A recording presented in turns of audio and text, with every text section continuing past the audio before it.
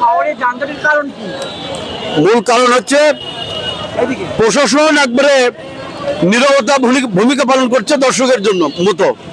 আমি একজন সাধারণ মানুষ হিসেবে পুলিশ সার্জনকে বলেছি যে আপনারা সাতমাথা থেকে ওই বড়গুলো পর্যন্ত যে কোনো মূল্যে এই দুটো রাস্তা এই ফুটপাথ ক্লিয়ার করেন, কিন্তু পুলিশ সার্জন সহ জেলা প্রশাসন আমি একাধিকবার বলছি, কেউ কথা কর্ণপাত করেনি। আমাদের রাস্তা চলাচলের জন্য সমস্যা হচ্ছে আমরা ঠিকভাবে রাস্তা চলাচল করতে পারতেছি না যানজটের কারণে। এছাড়া প্রয়োজনীয় কারো যদি খুব প্রয়োজনীয় কাজ থাকে সেখানে যাইতে সমস্যা হচ্ছে, দ্রুত যাইতে পারতেছে না তারা।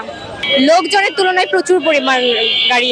এই শহরের যত লোক তুলনার অনুপাতে গাড়ি সংখ্যা বেশি, যার কারণে যানজটটা বেশি হয়ে গেছে আমাদের।